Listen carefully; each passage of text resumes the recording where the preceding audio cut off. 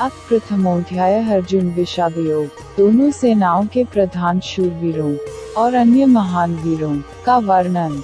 धृतराष्ट्रोवाच धर्मक्षेत्रे कुरुक्षेत्रे संवेता युयुत्सवः मां काः पांडवाश्चैव किं कुर्वत संजय। भावार्थ। धृतराष्ट्र बोले, हे संजय, धर्मभूमि कुरुक्षेत्र में एकत्रित युद्ध की इच्छा वाले मेरे और पांडु के पुत्रों ने क्या किया। संजय उवाच दृष्ट्वा तु पांडवानीकं व्यूढः दुर्योधनस्तदा आचार्यमुपसंगमय राजा। भावार्थ। संजय बोले, उस समय राजा दुर्योधन ने व्यूहरचनायुक्त पांडवों की सेना को देखा और द्रोणाचार्य के पास जाकर यह वचन पश्येता पांडुपुत्रा नामाचार्य महती चमून युधा द्रुपद पुत्रेण तव शिष्येन धीमता। भावार्थ। हे आचार्य, आपके शिष्य द्रुपद पुत्र धृष्टद्युम्न द्वारा व्यूहाकार खड़ी की हुई पांडुपुत्रों की इस बड़ी भारी सेना को अतशूरा महेश्वासा भीमार्जुन स्मा युधि युयुधानो विराटश्च द्रुपदश्च महार्थः दृष्टकेतुश्च कितानः काशीराजश्च पुरुजित कुतिभूतश्च शैब्यश्च नरपोन्वः युधाम्युश्च विक्रांत उत्तमौजाश्च सौभद्रो द्रौपद्याश्च सर्वैव महार्थाः। भावार्थ। इस सेना में बड़े बड़े धनुषों वाले तथा युद्ध में भीम और अर्जुन के समान शूरवीर सात्यकी और विराट तथा महारथी राजा द्रुपद, दृष्टकेतु और चेकितान तथा बलवान काशीराज, पुरुजित, कुंतीभोज और मनुष्यों में श्रेष्ठ शैव्य, पराक्रमी युधाम्यु तथा बलवान उत्तमौजा, सुभद्रपुत्र अभिमन्यु एवं द्रौपदी के पांचों पुत्र, ये सभी महारथी अस्माकतु विशिष्टाये तान्निवो द्विजोतम नायिका मम सैन्यस्य संज्ञात तान्वर्वीमी ते। भावार्थ। हे ब्राह्मण श्रेष्ठ, अपने पक्ष में भी जो प्रधान हैं उनको आप समझ लीजिए। आपकी जानकारी के लिए मेरी सेना के जो सेनापति हैं उनको बतलाता। भवान भीष्मश्च कर्णश्च कृपश्च समितिंजय अश्वत्थामा विकर्णश्च सौम्बतित्यैव च। भावार्थ। आप द्रोणाचार्य और पितामह भीष्म तथा कर्ण और संग्राम विजयी कृपाचार्य तथा वैसे ही अश्वत्थामा, विकर्ण और सोमदत्त का पुत्र अन्ये च बहवः शूरा मदर्थे त्यक्त जीविता नानाशस्त्र प्रहरणाः सवे युद्ध विशारदाः। भावार्थ। और भी मेरे लिए जीवन की आशा त्याग देने वाले बहुत से शूरवीर अनेक प्रकार के शस्त्रास्त्रों से सुसज्जित और सबके सब युद्ध में चतुर अपर्याप्त तदस्मात् बलं भीष्माभिरक्षितम् पर्याप्त विद्मेतेषां बलं भीमाभिरक्षितम्। भावार्थ। भीष्म पितामह द्वारा रक्षित हमारी वह सेना सब प्रकार से अजेय है और भीम द्वारा रक्षित इन लोगों की यह सेना जीतने में सुगम। अयनेषु च सर्वेषु यथा भागमवस्थिताः भीष्मेवाभिरक्षतु भवतः सर्वैव ही। भावार्थ। इसलिए सब मोर्चों पर अपनी अपनी जगह स्थित रहते हुए आप लोग सभी निसंदेह भीष्म पितामह की ही सब ओर से रक्षा। दोनों सेनाओं की शंख ध्वनि का वर्णन। तस्य संजनयन् हर्षः कुरु वृद्धः पितामह सिंहनादं विंध्युचे शंख दद्मो। भावार्थ। कौरवों में वृद्ध बड़े प्रतापी पितामह भीष्म ने उस दुर्योधन के हृदय में हर्ष उत्पन्न करते हुए उच्च स्वर से सिंह की दहाड़ के समान गर्ज कर शंख ततः शंखाश्च भीर्यश्च पण्वान्को मुखा सहस्वाभयन्यन्त स। भावार्थ। इसके पश्चात शंख और नगाड़े तथा ढोल, मृदंग और नरसिंगे आदि बाजे एक साथ ही बज उठे। उनका वह शब्द बड़ा भयंकर। ततः श्वेतहृयुक्ते महती सिंधने स्थित माधवः पांडवश्चैव दिव्यो शंखो प्रदधन्तु। भावार्थ। इसके अनंतर सफेद घोड़ों से युक्त उत्तम रथ में बैठे हुए श्री कृष्ण महाराज और अर्जुन ने भी अलौकिक शंख पांचजन्यम ऋषिकेशो देवदत्त धनंजय पौंड्र दद्मौ महाशंख भीमकर्मा वृकोद्र। भावार्थ। श्री कृष्ण महाराज ने पांचजन्य नामक, अर्जुन ने देवदत्त नामक और भयानक कर्म वाले भीमसेन ने पौंड्र नामक महाशंख, अनंत विजयम राजा कुंती पुत्रो युधिष्ठिरः नकुलः सहदेवश्च सुघोषमणि पुष्पको। भावार्थ। कुंतीपुत्र राजा युधिष्ठिर ने अनंतविजय नामक और नकुल तथा सहदेव ने सुघोष और मणिपुष्पक नामक शंख, काशिश्च परमेश्वासः शिखंडी च महार्थः धृष्टद्युम्नो विराटश्च सात्यकिश्च प्राजितः द्रुपदो द्रौपद्याश्च सर्विषः पृथिवीते सौभद्रश्च महाबाहुः शंखादध्मो। भावार्थ: श्रेष्ठ धनुष वाले काशीराज और महारथी शिखंडी एवं धृष्टद्युम्न तथा राजा विराट और अजेय सात्यकी, राजा द्रुपद एवं द्रौपदी के पांचों पुत्र और बड़ी भुजा वाले सुभद्रा पुत्र अभिमन्यु, इन सभी ने हे सब ओर से अलग अलग शंख, सघोषों धार्तराष्ट्राणा हृदयानि नभश्च पृथ्वी चैव तुमुलो। भावार्थ: और उस भयानक शब्द ने आकाश और पृथ्वी को भी गुंजाते हुए धार्तराष्ट्रों के अर्थात आपके पक्ष वालों के हृदय विदीर्ण कर अर्जुन का सैन्य परीक्षण। गांडीव की विशेषता। अर्जुन उवाच अथ व्यवस्थितान् दृष्ट्वा कपिध्वजः प्रवृत्ते शस्त्र संपाते धनुरुद्यमय पांडव ऋषिकेश तदा वाक्यमिदमाह निहिते सेनयोरुभयो मध्ये रथ स्थापयमेच्य।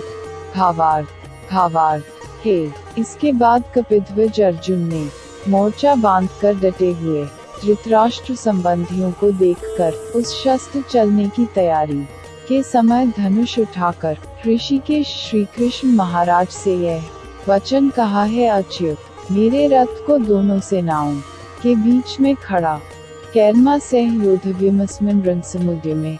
भावार्थ: और जब तक कि मैं युद्ध क्षेत्र में डटे हुए युद्ध के अभिलाषी इन विपक्षी योद्धाओं को भली प्रकार देख न लूं कि इस युद्ध रूप व्यापार में मुझे किन किन के साथ युद्ध करना योग्य है, तब तक उसे खड़ा योत्स्यमानानवेक्षेह यह अतेत्र समागता धार्तराष्ट्रस्य दुर्बुद्धिर्युद्धे प्रियचिकीर्षः।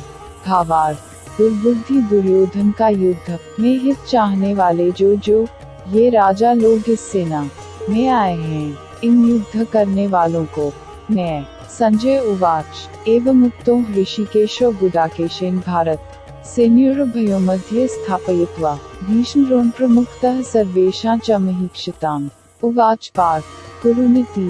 भावार्थ: संजय बोले, हे धृतराष्ट्र, अर्जुन द्वारा कहे अनुसार महाराज श्री कृष्णचंद्र ने दोनों सेनाओं के बीच में भीष्म और द्रोणाचार्य के सामने तथा संपूर्ण राजाओं के सामने उत्तम रथ को खड़ा कर इस प्रकार कहा कि हे पार्थ, युद्ध के लिए जुटे हुए इन कौरवों को पार्थ पितृनत आचार्यान् मातुला भ्रातरन् पुत्रा पौत्रोन् स्था सुहृदश्चैव सेनयोरुभयोरपि।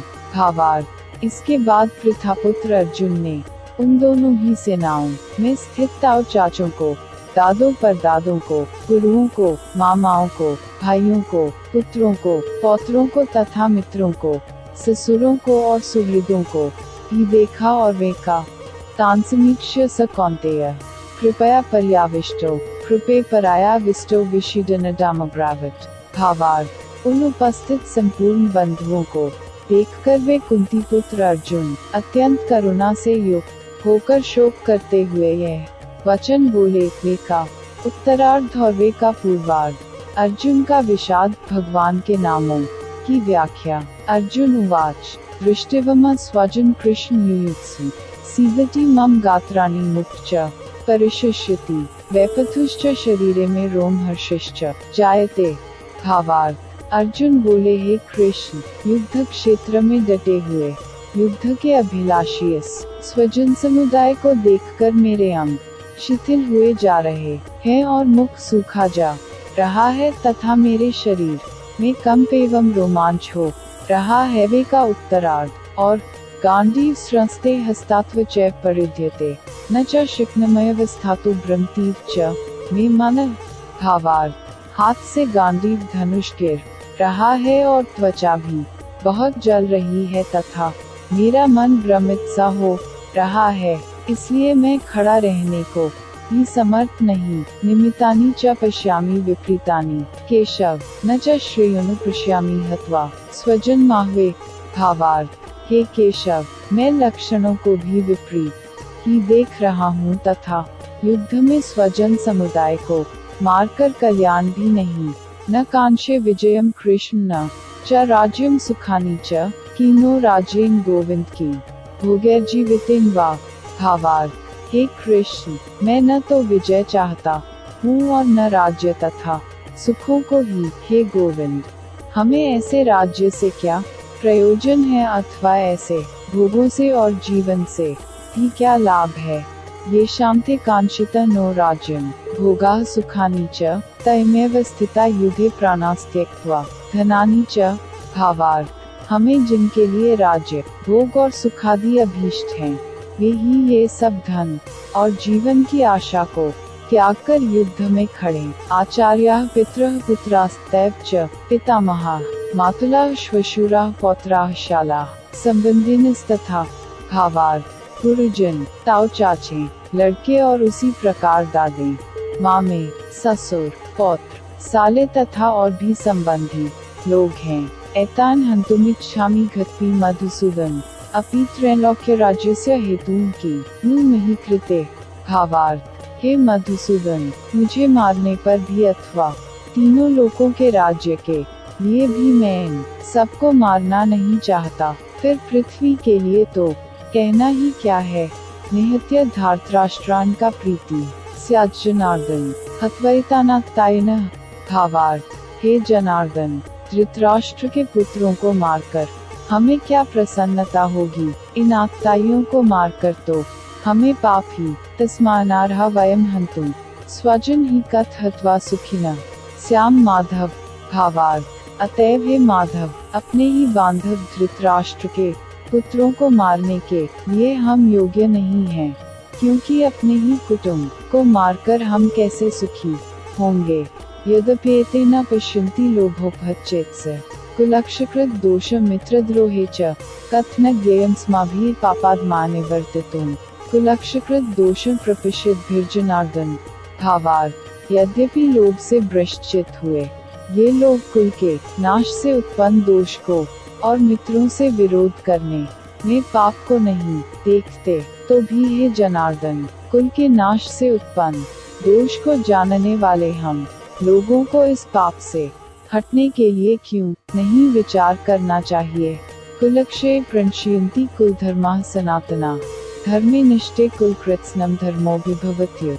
भावार्थ, कुल के नाश से सनातन कुल धर्म नष्ट हो जाते हैं तथा धर्म का नाश हो जाने पर संपूर्ण कुल में पाप भी बहुत फैल जाता। अधर्माभिभवाय कृष्ण प्रदुष्यन्ति कुलस्त्रियः स्त्रीषु दुष्टासु वार्ष्णेय जायते वर्णसंकरः। भावार्थ, हे कृष्ण, पाप के अधिक बढ़ जाने से कुल की स्त्रियां अत्यंत दूषित हो जाती हैं, और हे वार्ष्णेय, स्त्रियों के दूषित हो जाने पर वर्ण संकर उत्पन्न होता। संकरो नरकायैव कुलघनाना कुलस्य च पतन्ति पितरों ह्येषा लुप्तपिंडों क्रिया। भावार्थ, वर्ण संकर कुलघातियों को और कुल को नरक में ले जाने के लिए ही होता है। लुप्त हुई पिंड और जल की क्रिया वाले अर्थात श्राद्ध और तर्पण से वंचित इनके पितर लोग ही अधोगति को प्राप्त होते।